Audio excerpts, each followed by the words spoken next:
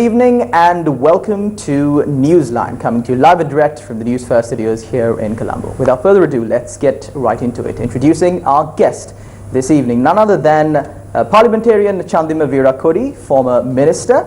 A very good evening and welcome to the show. Good evening. Thank you for the invitation. Parliamentarian Chanthaburi Record, first things first, who is running the country? Is it the SLFP? Is it the UNP? Are they in coalition? Well, that's a golden question. No one knows. If you ask the SLFP, they would say that it's the UNP that's running. If you ask the UNP, they would say, I don't know. And Prime Minister, if you ask, he would even further say, I don't know why.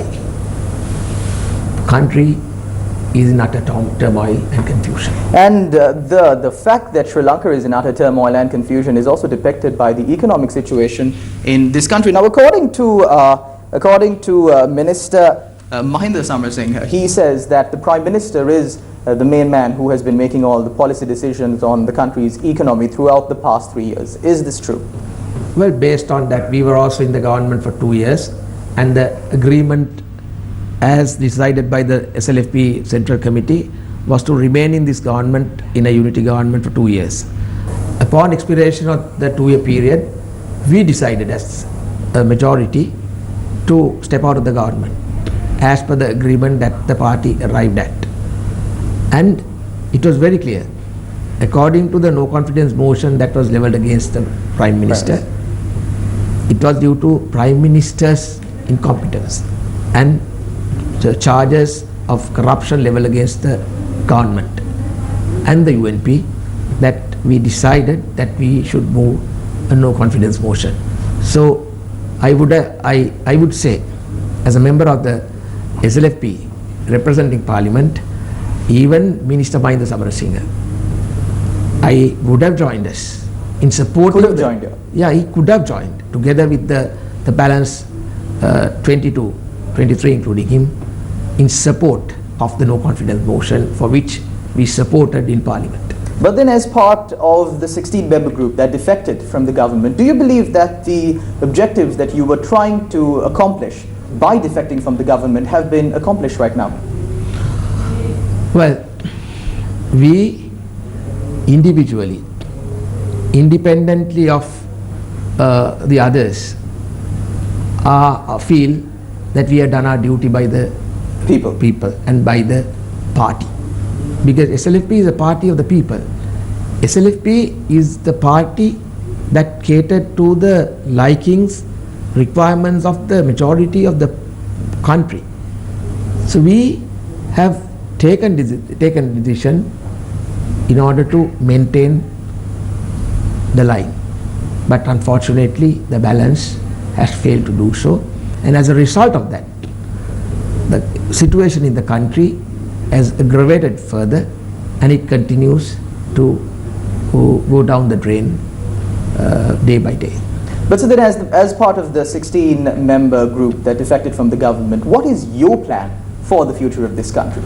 Well, if you go to any place in this country, what we hear is, when are you going to change this government? When is there going to be a change for betterment? So obviously it is unanimous that this government should go home.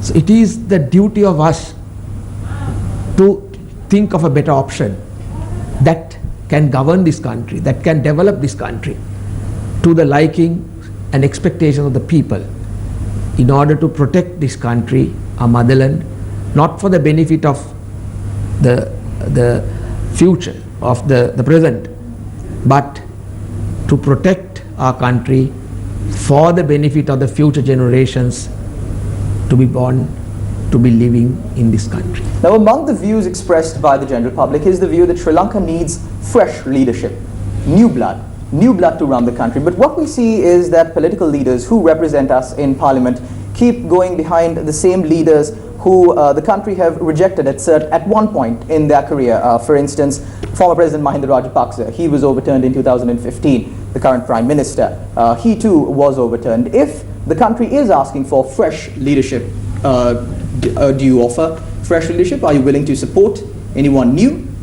Well, it's like this. What is most required as of now is stability. People strongly expect a stable country. People strongly expect a trustworthy government. So, in order to, unless we are in a position to achieve those, we will not, no one will be able to govern this country.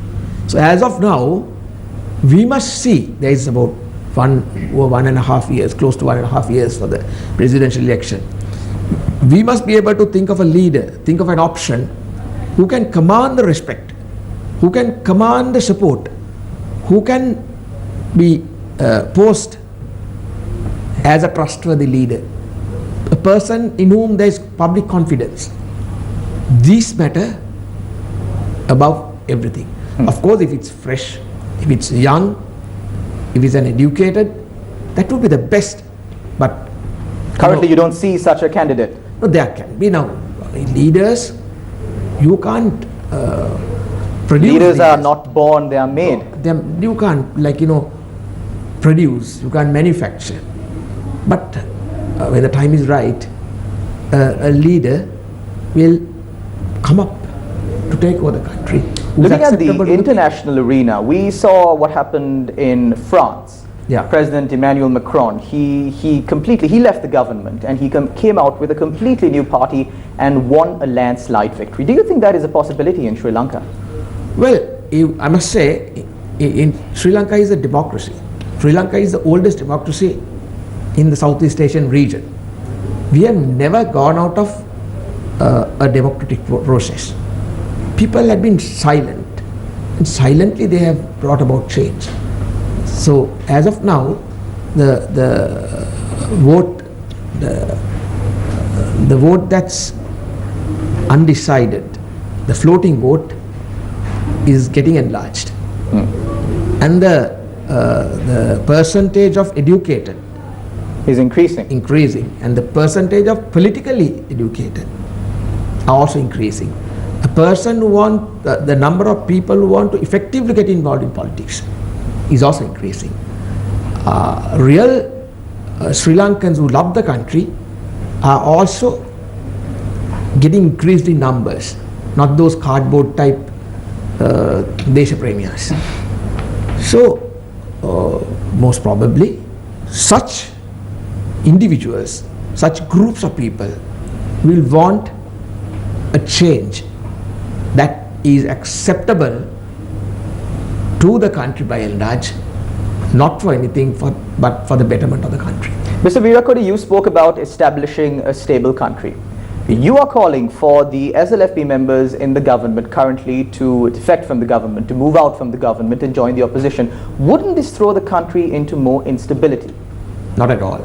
Because as of now, people don't want, it's very difficult to find a person who supports this government. Even if you speak to the spouses and the children of the sitting cabinet members, they would say that the government should go. Probably if you ask the wife of the Prime Minister, she may also hold the same view. It has come to that level. Anyone who can understand, with a person with general intelligence, doesn't want this government to be in power. So if the SLFP members can come out, the 23 can come out, there are dozens of UNP sitting members who are willing to step down, who are willing to join that team to bring about a change in this country. So invariably, we will have a government that is acceptable to the people, which can deliver in a better way than this government. So based on the assumption that the UPFA MPs move out from the government, join you, and along with them a group of UNP MPs move out from the government, join you, you can only establish a government for, say, 1.5 years, less than 2 years. Yeah. What do you plan on doing within that time frame? Very limited time frame. Well, it is limited, but that time is very crucial. If you let this government to run the country for another 1.5 years, there will not be anything left in this country the way things are going. I mean, where have we seen development? In which area have we seen any improvement under this government? So it is, I mean, of course, we must say there is, I mean, we must be fair, there is press freedom. The commissions were appointed, we all supported, but even that doesn't seem to be acting independent. It's all governed by the UNP. So there is nothing that the country, the people have gained to be satisfied. Therefore, I believe it's right time for a change. The JVP believes that the 20th Amendment is one crucial factor in our way out from this problems that we're facing right now, political problems, economic problems. What do you feel about that? I must say, unfortunately, they are acting as the cat's paw of the UNP. And that amendment, if it's brought about, if it's passed in the parliament, that will bring about absolute instability in this country. Because that is the only way that the people of this country are given an opportunity to elect their leader, their commander-in-chief. The JVP plans on taking that away as well. Absolutely. I mean, I don't understand why they want further instability in this country. I believe one reason for this instability is weakening the presidency. In a country like Sri Lanka, we must have a strong president, of course, who cannot, who cannot act arbitrarily. It has to be a person who's answerable to the parliament. But at the same time, the president, executive president, must be in a position to take decisions. If you don't have such, there will be a further mockery in democracy, and the country will collapse, and our nation will be deteriorated faster than what you're seeing now. So you believe that the 20th Constitutional Amendment is not needed for this country right now? Not needed at all, as far as the people feel. But of course, there are external sources, external forces that would like to see this constitution be passed in parliament. Absolutely, so that we can be a cat's paw of various other outside forces. But is there a possibility of the 20th Amendment being passed in parliament, according to your sources and according to your... Well, I must tell you, 196 out of 225 are elected members, and majority of them have to go back home to their constituents to meet the constituents, whether they win or lose. So those who are in touch with the people, those who have got elected by the people, if they're Sri Lankan, whether they are Sinhalese, Muslim or Tamil, will not be able to support this amendment if they are true Sri Lankan. Now, in a backdrop where the country is facing massive economic issues, the budget is due to be presented in almost a month, less than a month. Would your group, the 16 who defected from the government, support the budget, vote against the budget? Well, I don't see any reason to support anything that this government does. Now, one simple question is, there was a budget that was presented last year. How many of the proposals submitted in the previous budget had been properly implemented? I mean, just leave aside the word properly, as there have been an attempt to implement. More than 75% of what was read has not been even initiated. These are only stories. It's only a... What about this program to issue tabs to all A-level students and teachers? That's something that gained much media attention at the time. That was also a fairy tale. And is it is it what is most important? Of course, you have to...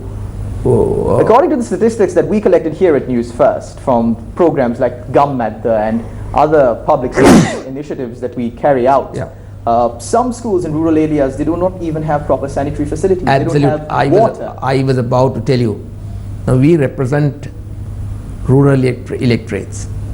We represent districts where we have brilliant talent in school, but due to lack of facility, that talent cannot be made use of for the benefit of the country.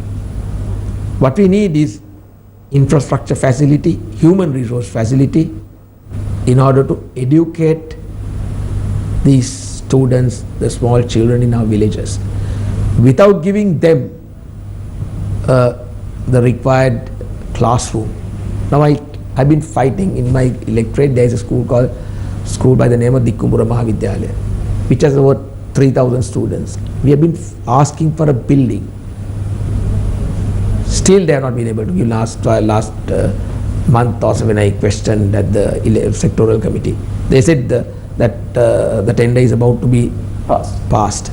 But now I've been requesting for almost 3 years. Even at the cabinet I have been requesting. But to date, we have not been able to get that. So such grievances are there. First of all, you must resolve those. And the non-availability of qualified teachers is a big issue. We have now I was minister in charge of skills development and vocational training. Jobs are available in the field of technical field. That's the highly paid jobs are available within the country. The job market is evolving within the country and outside. But in order to be trained in those fields, you have to have a mathematics qualification. So one request that we made was to have a special scheme to promote mathematics teaching. Recently when I questioned at the sectoral committee, the officials said that of course there has been an improvement in the results, and I asked whether that's due to a special program and strategy that they answer was there is no such strategy or program, but the fact that the percentages have increased is satisfactory. I mean, can an education ministry run like this? What is going to be the future of our country and our people?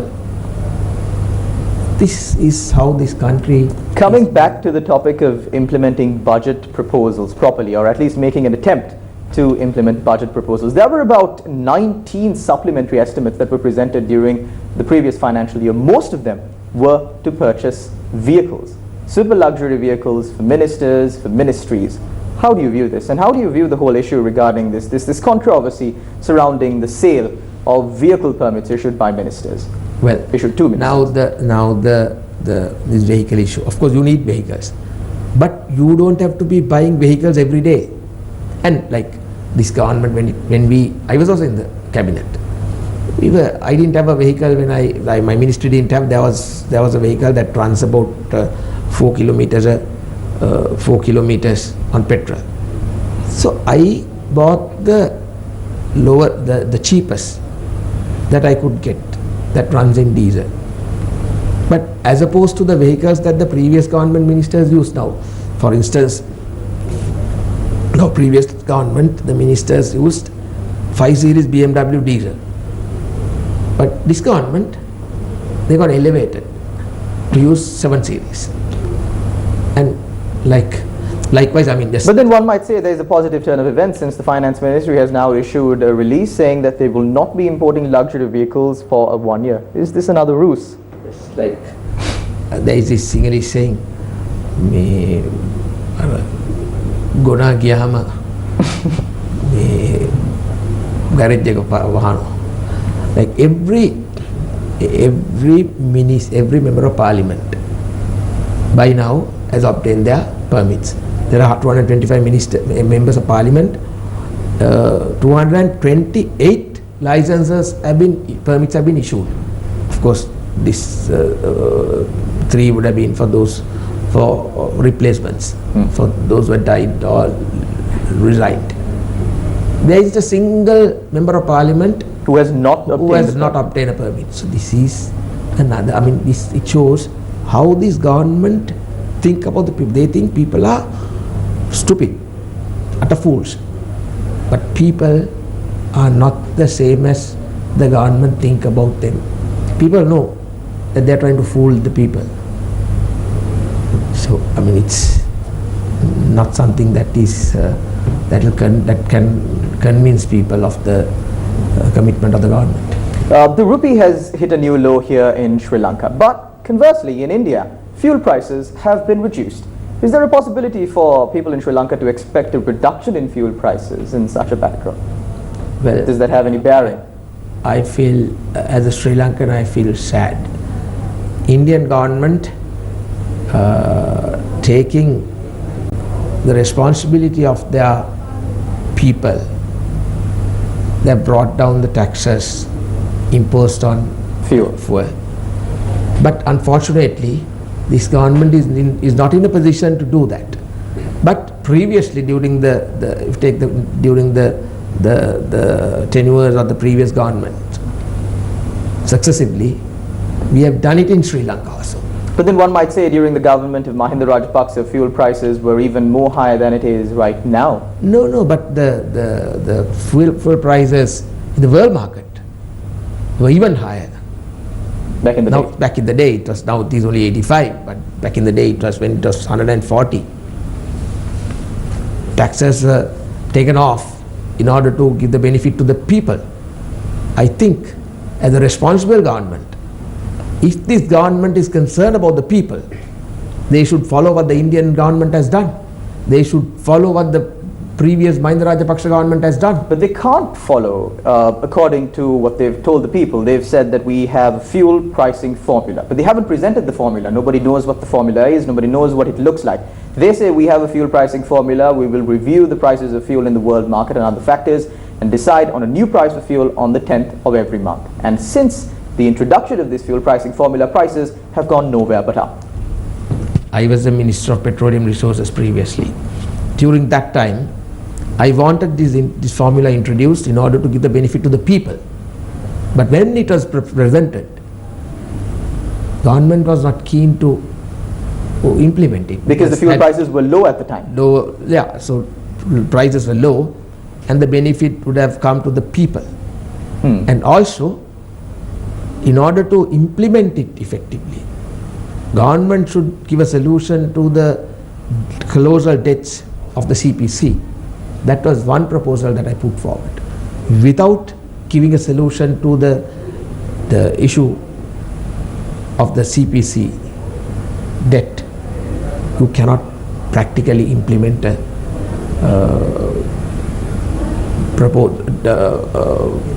formula. So it's not practical. It's not practical. Also with the implementation of this fuel pricing formula, every time fuel prices increase, we see the transportation sector coming and asking for price increments. We see railway sector coming and asking for price increments. Then we see canteen owners, food, essential items all going up.